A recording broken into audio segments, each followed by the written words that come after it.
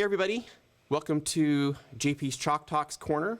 We're going to have another conversation. Today's going to be a little bit more of a free-form dialogue. I'm going to bring in a friend here in just a moment. We're going to have kind of not a formal agenda, but just have a discussion of kind of where we're both at in terms of what's going on in the streaming community and things that we've been working on, and kind of have a little bit of a dialogue. So let's bring in my good friend, Scott Woods, and we'll switch right over here. Scott, great to have you. Thanks, John. Glad to be here. It's awesome. So everyone, Scott and I have kind of been got to know each other over the summer. We did a couple of joint webcasts, and we were involved in some different projects, and it's been fantastic. Scott's been a tremendous, and I've been very grateful, a tremendous resource, and I've been very grateful and thankful for his not only his friendship, but also the opportunity to learn, and we can have kind of a dialogue. And so we wanted to kind of start maybe doing some sessions of just kind of having an open dialogue about where are we at in this state of this new norm when it comes to streaming, working from home, all these various solutions that are now becoming available, and how we kind of integrate and talk about this. So Scott, you and I were just talking a little bit about the devices and working from home, and obviously the past 7 months have been pretty crazy, and this new norm kind of continues. What have you been up to? Wow, yeah, it has been, I think, for everybody. And my life prior to this, even though I worked in media entertainment and other verticals, video workflows has been my life for the past 20 years. Production as well. I would travel a lot, so I spent a lot of time on the road. And once the lockdown occurred, everybody jumped in to having virtual conferences, right, and virtual meetings, and hey, let's all get on video camera, right? And typically most of my calls had no video whatsoever, and now it seems like every call, more and more, they want to include video as part of that. And so that's been interesting because you would think that, oh wow, that's super easy, right?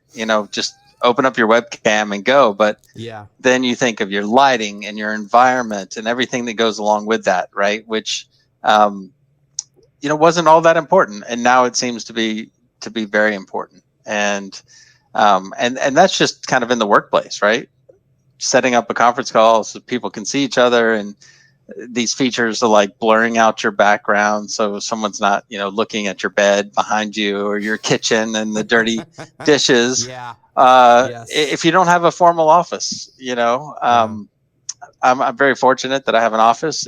It's a total wreck, so if you could see off camera, just a mess. But it made me rethink how to do video in the current kind of workplace, not just in a professional environment, right? Or doing, hey, we want to deliver a sporting event and we want to be able to stream it to thousands of users, right? That's kind of the world that I worked in, also in production, as a volunteer for almost 20 years at North Point Community Church, where that was a sizable production where you're delivering that user experience in an auditorium, with iMag, as well as streaming online to thousands of people watching at home.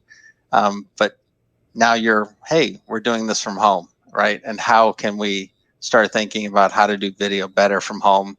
I now have gone from using my laptop camera to having 3 separate different cameras, having an HDMI switcher to be able to cut between cameras so I could do different camera angles, have a whiteboard so I could do whiteboarding sessions, bring in lighting, which sometimes is great and sometimes it's not, depending on if the sun's out or the sun's not out, and have the blinds open or not, and background lighting, etc.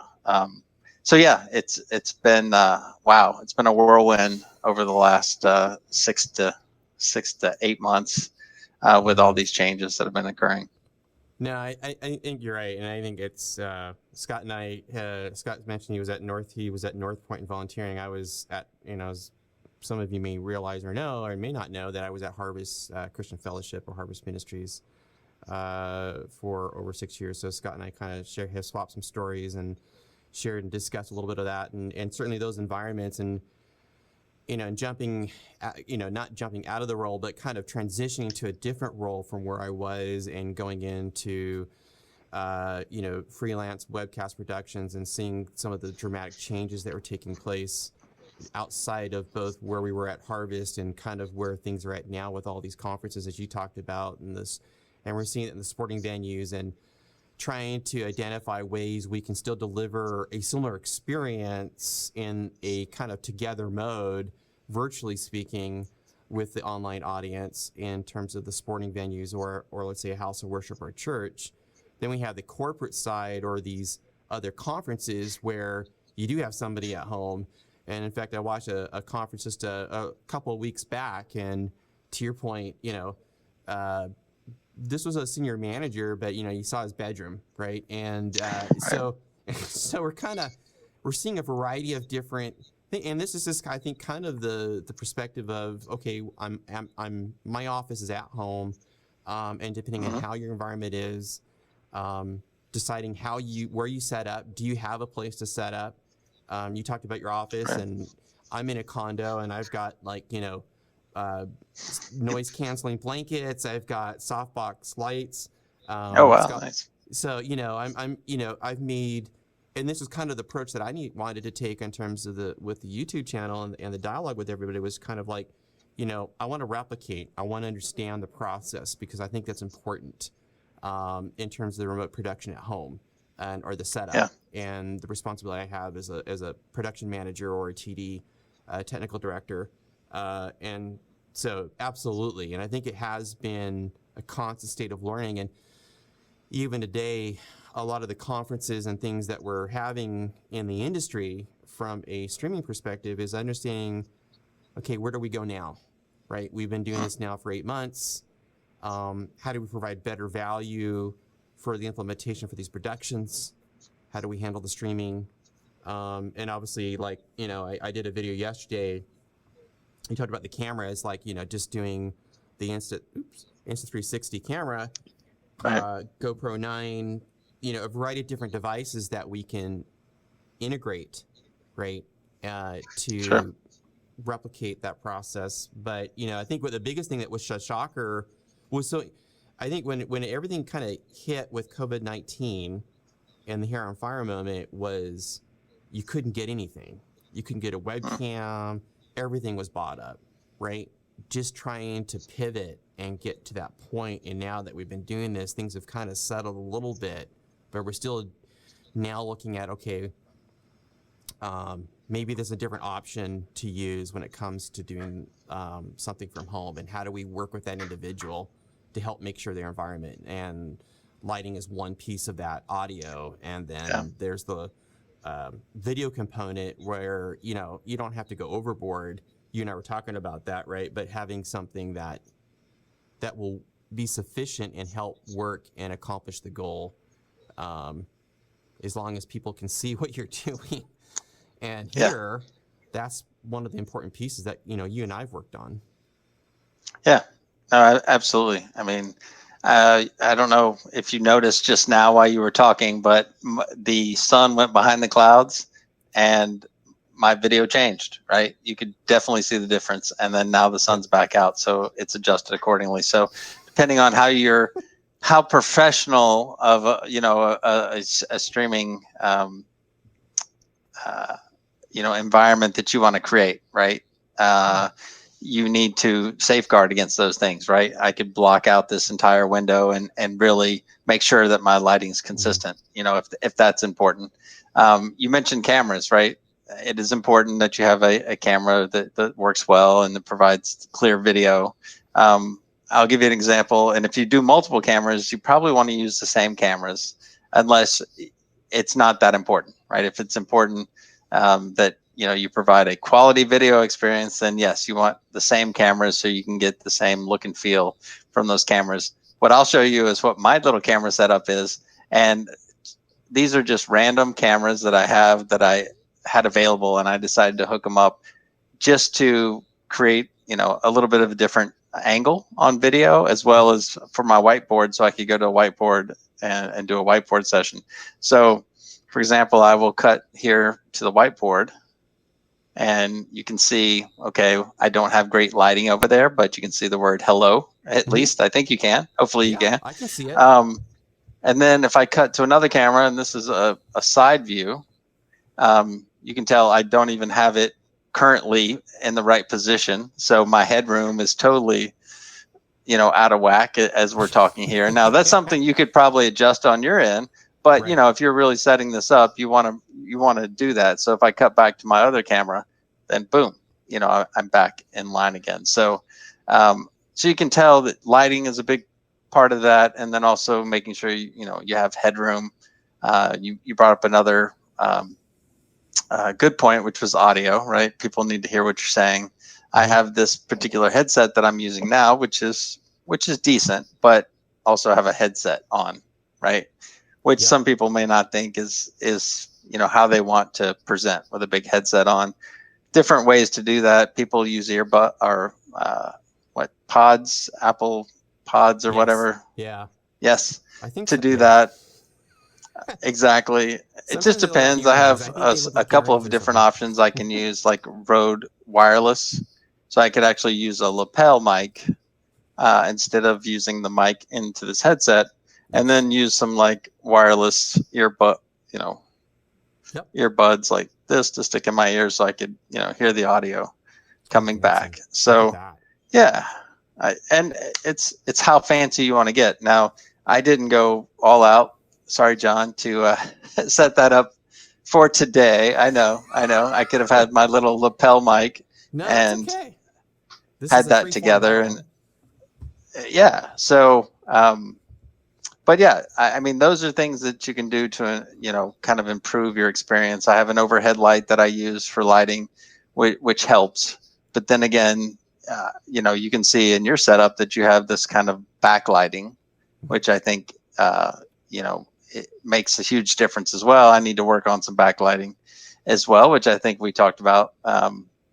And those are the things that you start to really learn and develop as you start putting together your own kind of almost studio, I would say. It's almost like you're creating a studio environment for yourself to be able to better communicate, whether it's through a webinar or even just a simple conference call, much less a full-blown, production. Absolutely. And I think it's interesting. I just this is a completely side and random note, but I guess it's on NBC. There's a show called Connected. I think that's the name of it.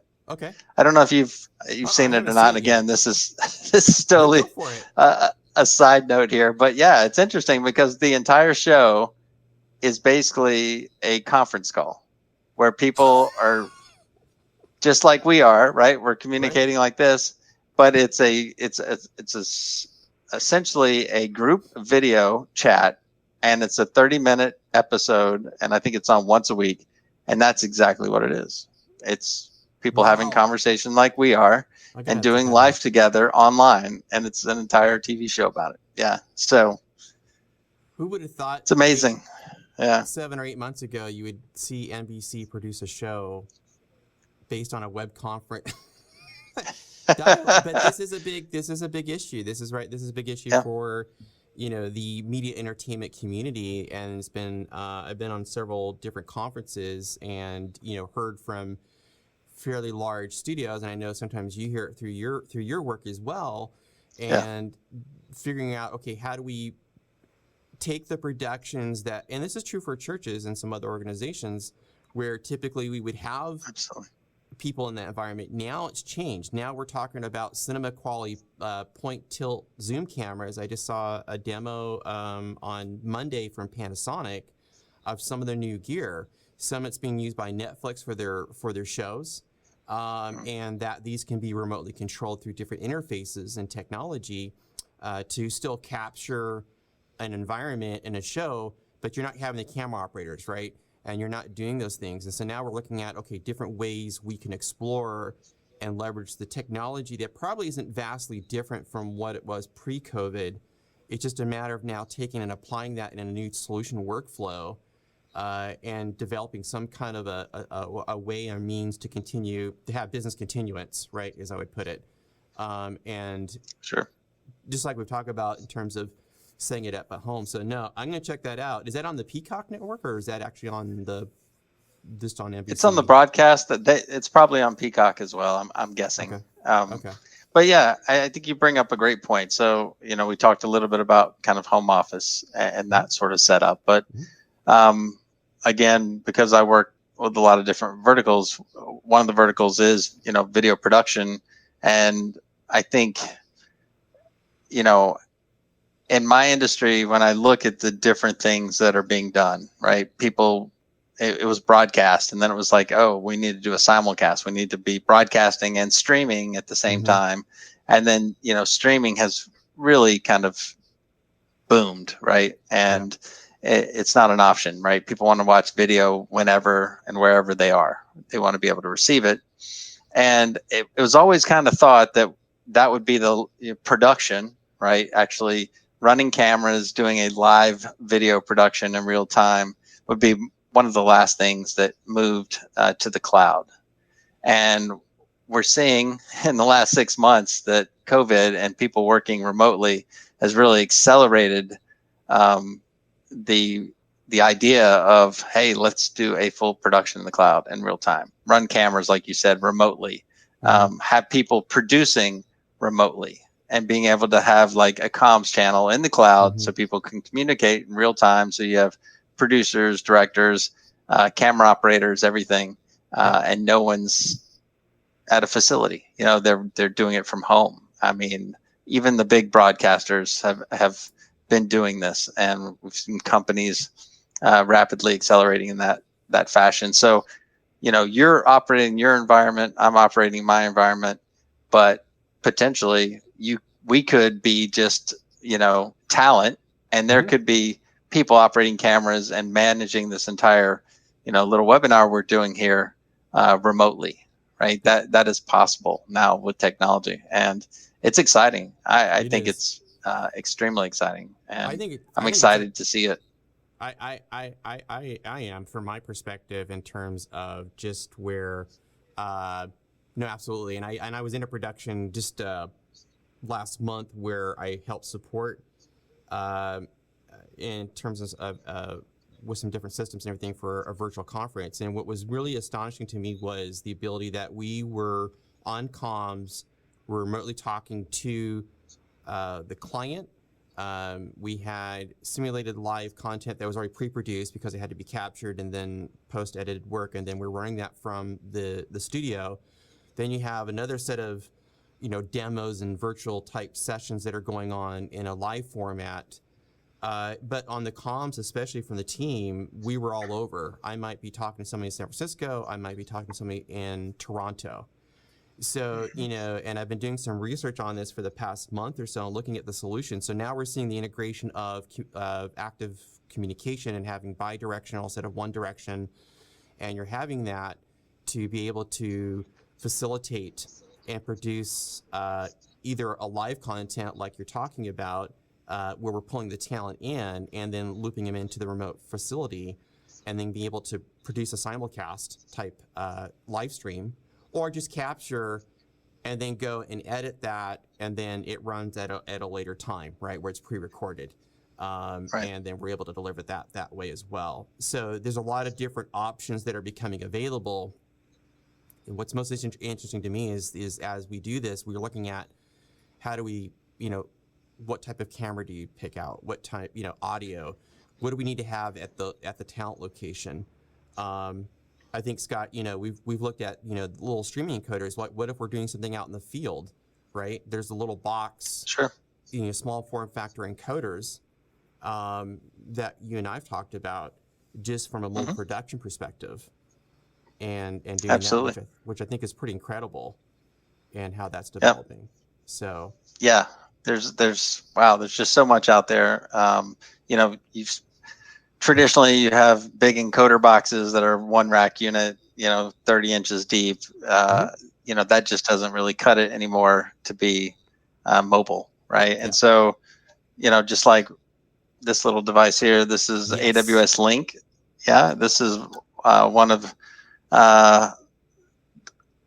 an encoder that we just released. I want to say back in June was when it was launched, right? So it's from AWS Elemental, and basically you plug in, your power, your network connectivity. Now this could be a hardwire, or this could be potentially plugged into like an LT router, so you could be mobile with it, and then plug in your HDMI or SDI source, and it makes a direct connection into the cloud, into our media services. So makes it super simple to get a video into the cloud, and you don't have to think about setting it up. There's no configuration. You don't have a web GUI. You have to log in and put in a URL or anything like that. It's automatically cloud connected, cloud managed.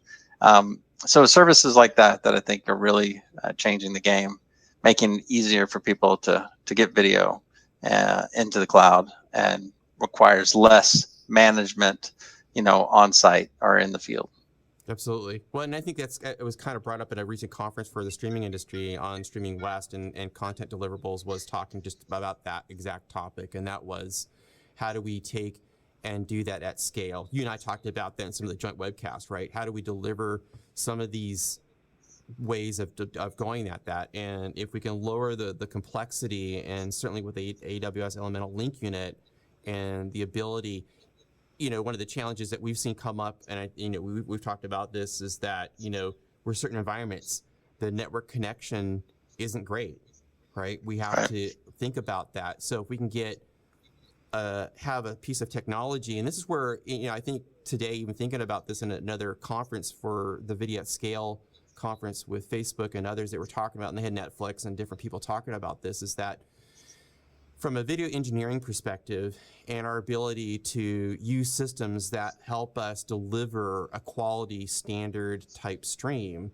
we need to think about the hardware and the software, and we need to think about how that it's integrated. The Elemental Link Unit is a good solution because it provides this quick connect, and then you're scaling it in terms of the cloud architecture.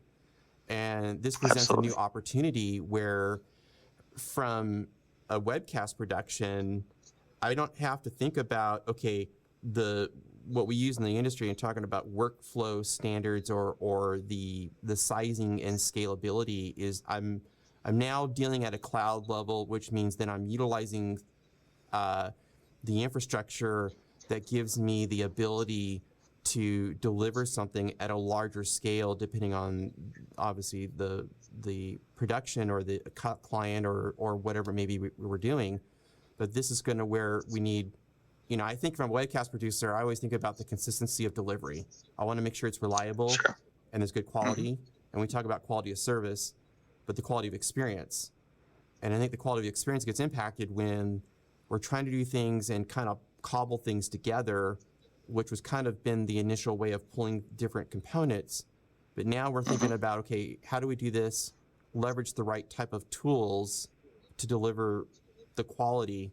And that's a great solution where, especially with the network and different video solutions, and then if I can get a quality stream up, then I can go from there. Then I can design or kind of architect a way of delivering utilizing the AWS media services, the encoders in the cloud, and different ways of delivering, which I think is really useful.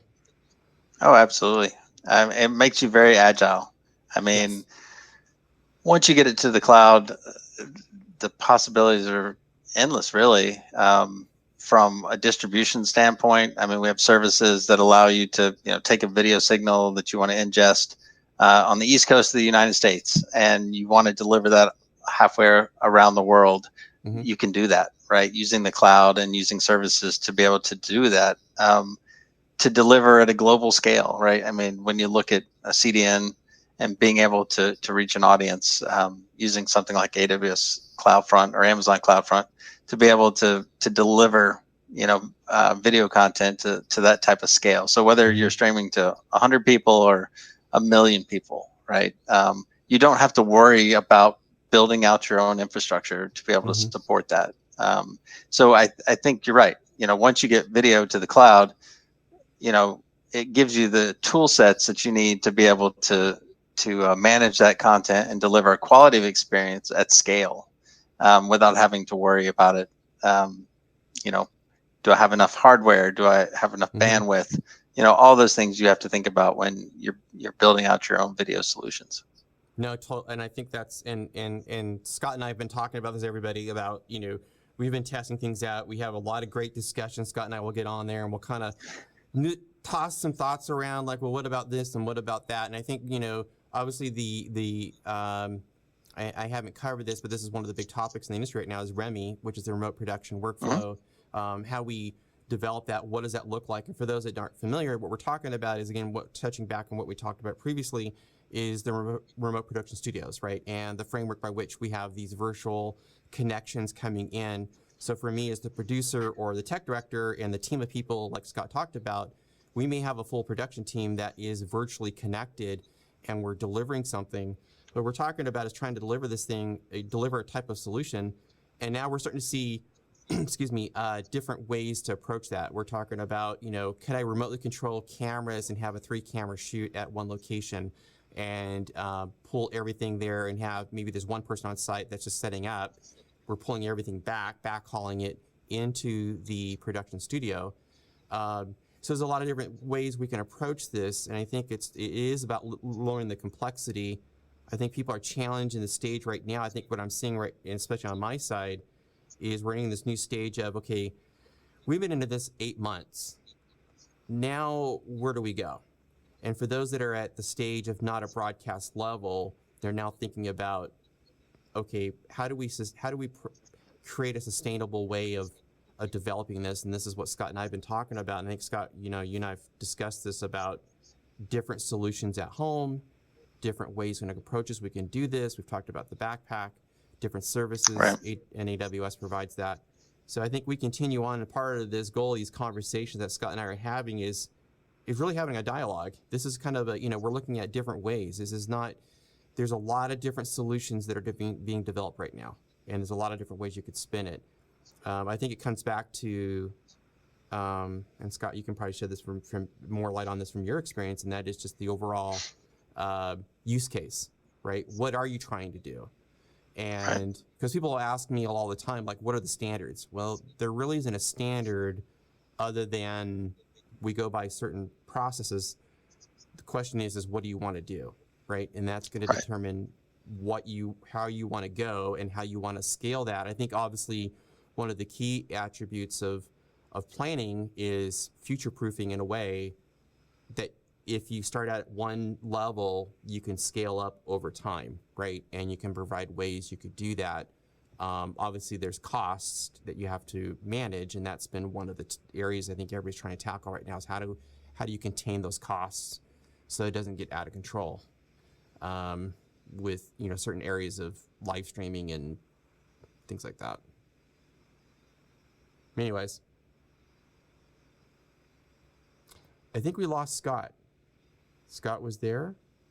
Scott may return. All right, well, this is the beauty of technology and where we go. I'm going to wrap it up here. Thanks, Scott, for joining. It's been Can you hear me? Oh, now we can hear you now.